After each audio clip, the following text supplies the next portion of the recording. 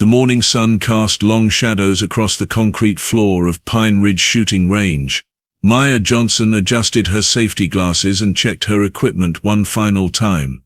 Her movements were precise, methodical. She had driven 2 hours to reach this particular range, drawn by its reputation for hosting competitive shooters and its advanced facilities. Maya wore simple civilian clothes, a plain black t-shirt and jeans, nothing that would draw attention to her background. Her dark skin glistened slightly in the fluorescent lighting as she prepared her shooting station. Other patrons moved around the facility, some practicing with handguns, others working with rifles. The steady pop-pop-pop of gunfire filled the air. She was loading her first magazine when the front doors burst open with unnecessary force. General Marcus Stone strode in, his chest adorned with ribbons and medals that caught the overhead lights. His uniform was immaculate, pressed to perfection. Behind him followed 3 junior officers, all white, all carrying themselves with the same arrogant swagger as their superior. "Clear lane 7. General Stone barked to the rangemaster. "My men need proper space to train." The rangemaster, a nervous man named Pete, quickly complied. "Yes sir, General Stone, sir. Right away." Maya continued her preparations, paying no attention to the commotion. She had dealt with men like Stone before, though they did not know it yet. General Stone's eyes swept the range and landed on Maya. His expression shifted, a sneer forming at the corners of his mouth. He nudged the officer beside him. "Captain Lewis, look what we have here," Stone said, his voice carrying across the range loud enough for others to hear. "Somebody's playing dress-up with real guns." Captain Lewis chuckled. "Maybe she's lost, sir. This is a shooting range, not a community center." Maya's hands never paused in their work. She inserted her ear protection and picked up her rifle, a standard civilian model that looked ordinary in her capable hands. "Hey lady," General Stone called out, walking closer to her station. "You sure you know how to handle that thing? These weapons aren't toys. Maybe you should start with something smaller, like a water pistol." A few other patrons turned to watch. Some looked uncomfortable, others merely curious about the developing scene. Maya remained focused on her target downrange, a standard bullseye pattern at 50 yards. "I'm talking to you," Stone continued, his voice growing louder and more aggressive. "When a general addresses you, you respond." Maya finally turned to face him. Her expression was calm, almost serene. Her dark eyes met his without flinching, without anger, without fear. "I heard you, General," she said quietly, her voice steady and controlled. "I'm here to shoot, just like everyone else." Stone's face reddened. "Just like everyone else? You think you belong here with real marksmen? This isn't some charity program, sweetheart." Maya simply nodded and turned back to her target. She raised her rifle, took aim, and fired 5 quick shots in succession. The distant target showed her grouping, tight and centered. General Stone was just getting started. General Stone watched Maya's shots hit their mark with growing irritation. His jaw tightened as he realized she was not the easy target he had anticipated. "Lucky shots," he announced loudly, ensuring the entire range could hear. "Anyone can hit paper at 50 yards. Real shooting takes skill, training, discipline, things you people wouldn't understand." The words hung in the air like poison gas. Several patrons shifted uncomfortably, their conversations dying away. The rangemaster Pete looked down at his clipboard, suddenly finding his paperwork fascinating. Maya ejected her spent magazine and reached for a fresh one. Her movements remained fluid, unaffected by the hostility surrounding her. "You know what I think," Stone continued, his voice carrying the authority of decades in command. "I think we have ourselves a poser here, someone who watched a few movies and thinks she can play soldier." Captain Lewis and the other officers laughed on cue. "Should we call security, sir?" Lewis asked. "Make sure her permits are legitimate." "Oh, I'm sure everything checks out on paper," Stone replied with mock seriousness. "But paperwork doesn't make a marksman. Training does. Service does. Sacrifice does. Real sacrifice." An older veteran named Tom Wilson, shooting 3 lanes down, cleared his throat. "General, Maybe we should just let everyone shoot in peace. Stone whirled on him. Excuse me, are you questioning my judgment, soldier? No, sir, Wilson replied quickly, returning to his own target practice. Just trying to keep things civil. Civil, Stone repeated, savoring the word. You want civil, here's civil for you. He approached Maya's station with deliberate steps. She was checking her rifle's scope adjustment, making minute corrections with practiced ease. Where'd you serve? Stone demanded. What unit? What theater? Maya looked up at him calmly. I served where I was needed, General. That's not an answer. Real soldiers have real answers. Real soldiers have stories, scars, brotherhood. What do you have? Maya's fingers traced along her rifle barrel, a gesture so subtle most would miss it. But there was something in that movement, a familiarity that spoke of countless hours spent with similar weapons under very different circumstances. I have my training, she replied simply. Stone's eyes narrowed. Something about her calm confidence was beginning to unnerve him, though he would never admit it. Training from where? Some weekend warrior course, YouTube videos. General Stone. The Rangemaster Pete finally intervened, approaching carefully. Maybe we could arrange separate shooting times to avoid any conflicts. Conflicts? Stone laughed harshly. There's no conflict here, Pete. Just education. This woman needs to learn her place. Maya stood slowly, her full height more imposing than her seated position had suggested. And what place would that be, General? The question was asked without challenge, without anger, but with such quiet dignity that it seemed to fill the entire range. Stone felt the eyes of every patron upon him now. I'll tell you what, Stone announced, his voice booming across the facility. Let's settle this properly. A little competition, you and me. Best shooting wins. When you lose, and you will lose, you pack up your little toys and find somewhere more appropriate to play. Maya nodded slowly. And if I win? Stone's laugh was cruel and confident. You won't. But if by some miracle you do, I'll personally apologize for underestimating you. The range fell silent, except for the hum of the ventilation system. Maya extended her hand. Deal, General Stone. Pete the Rangemaster set up the competition parameters with shaking hands. Standard precision course, he announced to the growing crowd of spectators. 5 targets at increasing distances, 50, 100, 200, 300 and 400 yards. 10 shots each target. Best combined score wins. General Stone rolled his shoulders confidently.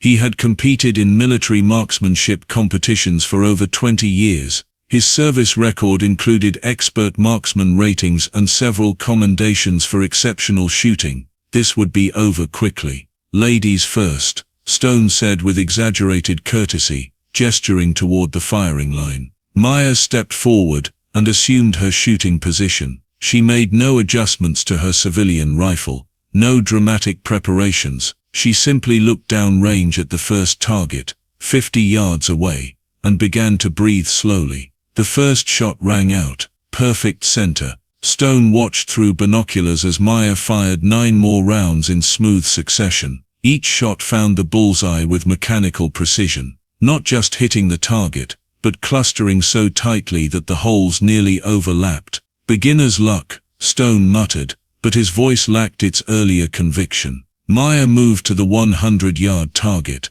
Again 10 perfect shots. The grouping was so tight it looked like a single large hole in the center of the bullseye. Stone's confidence began to crack. This level of precision was not normal. This was not civilian weekend shooting. This was something else entirely. At 200 yards, Maya's shots continued to find their mark with supernatural accuracy. As she prepared for the 300-yard target, something in her posture shifted. Her breathing pattern changed. Her stance adjusted with subtle movements that spoke of muscle memory trained under very different circumstances than a civilian range. 3 years earlier, in the mountains of Afghanistan, Staff Sergeant Maya Johnson had been known by a different name among enemy fighters. They called her Ghost Walker, because targets would drop from distances they thought impossible, from positions they could never locate.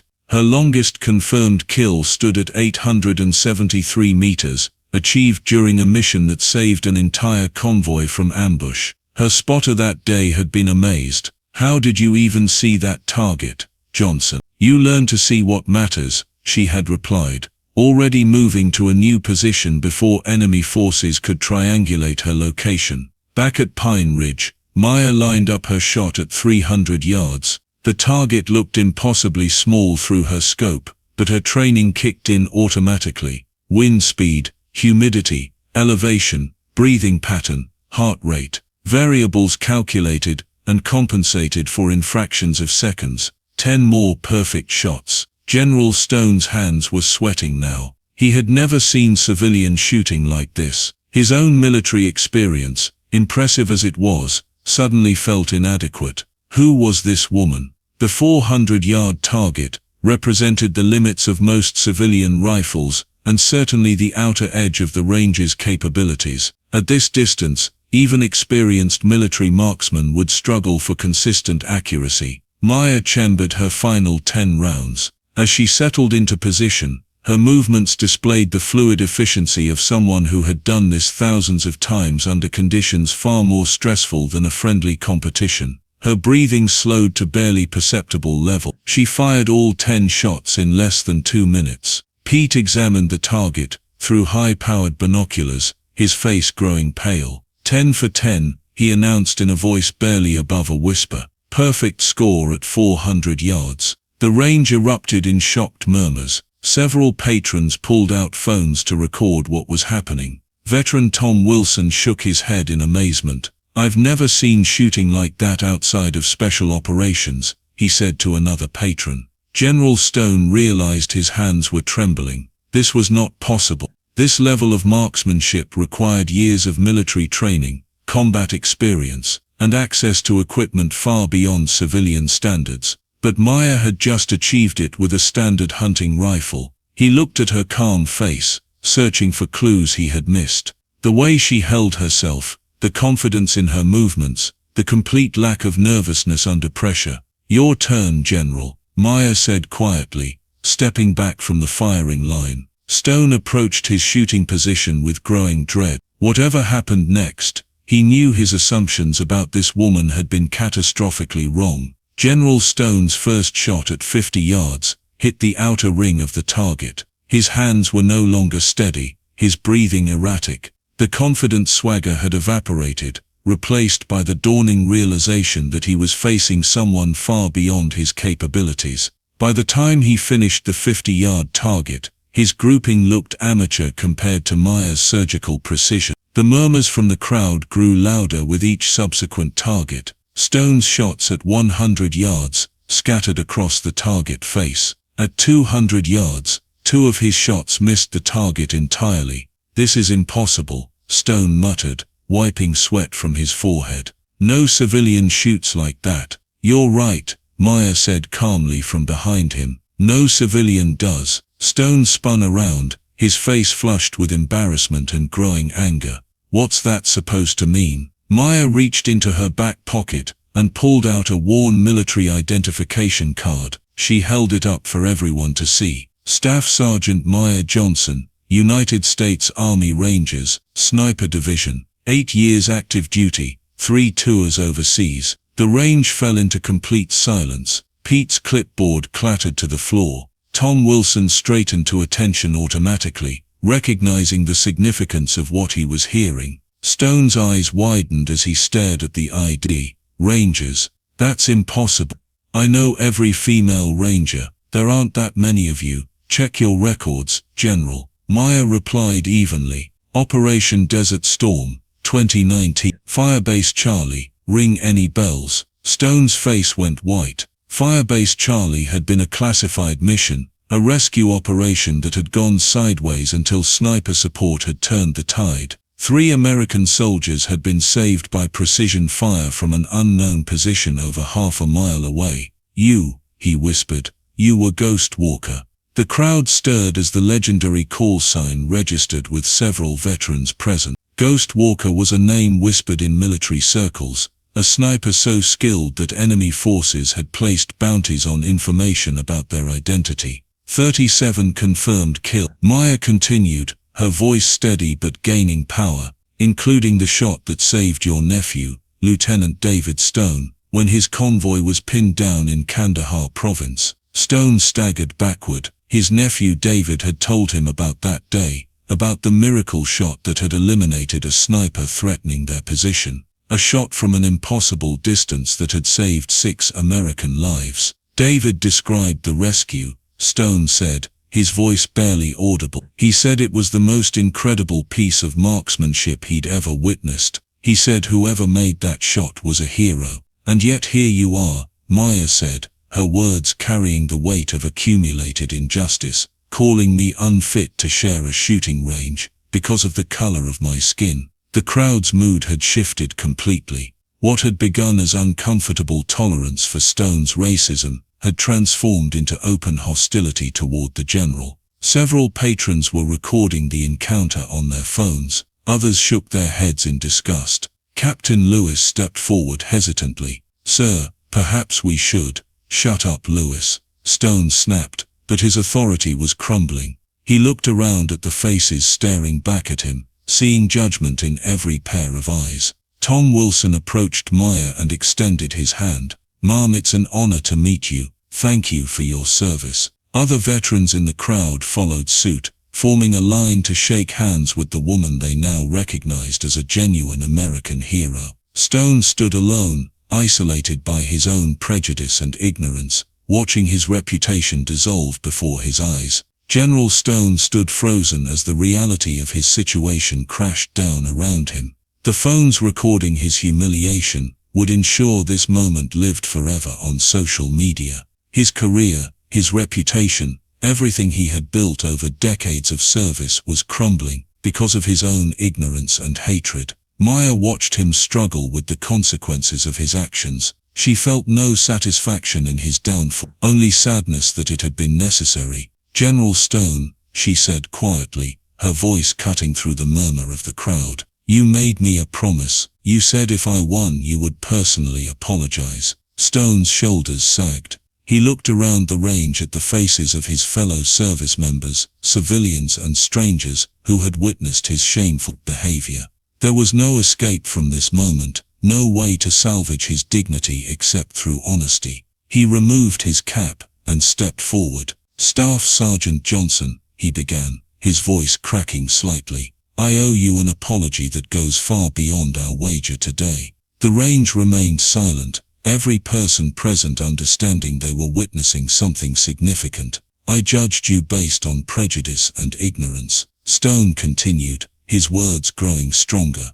"I disrespected a soldier who served with more honor and skill than I ever have. I let racism poison my judgment and dishonored the uniform I wear." He straightened to attention and offered Maya a formal military salute. "I am deeply sorry, Sergeant. Your service to our country deserves respect, not the treatment I gave you today." Maya returned the salute with crisp precision. "Apology accepted, General. But this isn't just about me. It's about every person you've judged unfairly because they didn't look like you expected." Stone nodded, understanding the deeper truth in her words. "You're right, and I promise you this stops today. I will do better." Pete the range master stepped forward, having found his courage at last. "General Stone, I'm going to have to ask you to leave. We don't tolerate harassment of any kind at Pine Ridge." Stone nodded, without protest. As he walked toward the exit with his officers trailing behind, he stopped and turned back one final time. "Sergeant Johnson, your nephew David was right. You are a hero. I should have seen that from the beginning." After Stone departed, the atmosphere in the range transformed completely. Veterans approached Maya to share their own stories and express gratitude for her service. Younger shooters asked for advice and tips. The conversation flowed naturally, barriers broken down by truth and mutual respect. As Maya packed her equipment, Tom Wilson approached one last time. "You know," he said thoughtfully, "today changed more than just one ignorant general. Everyone here learned something about judging people by their character instead of their appearance. Maya smiled, a genuine expression of hope. That's all any of us can ask for, Tom. One conversation, one changed mind at a time. She walked toward the exit, leaving behind a shooting range forever changed by the power of truth over prejudice.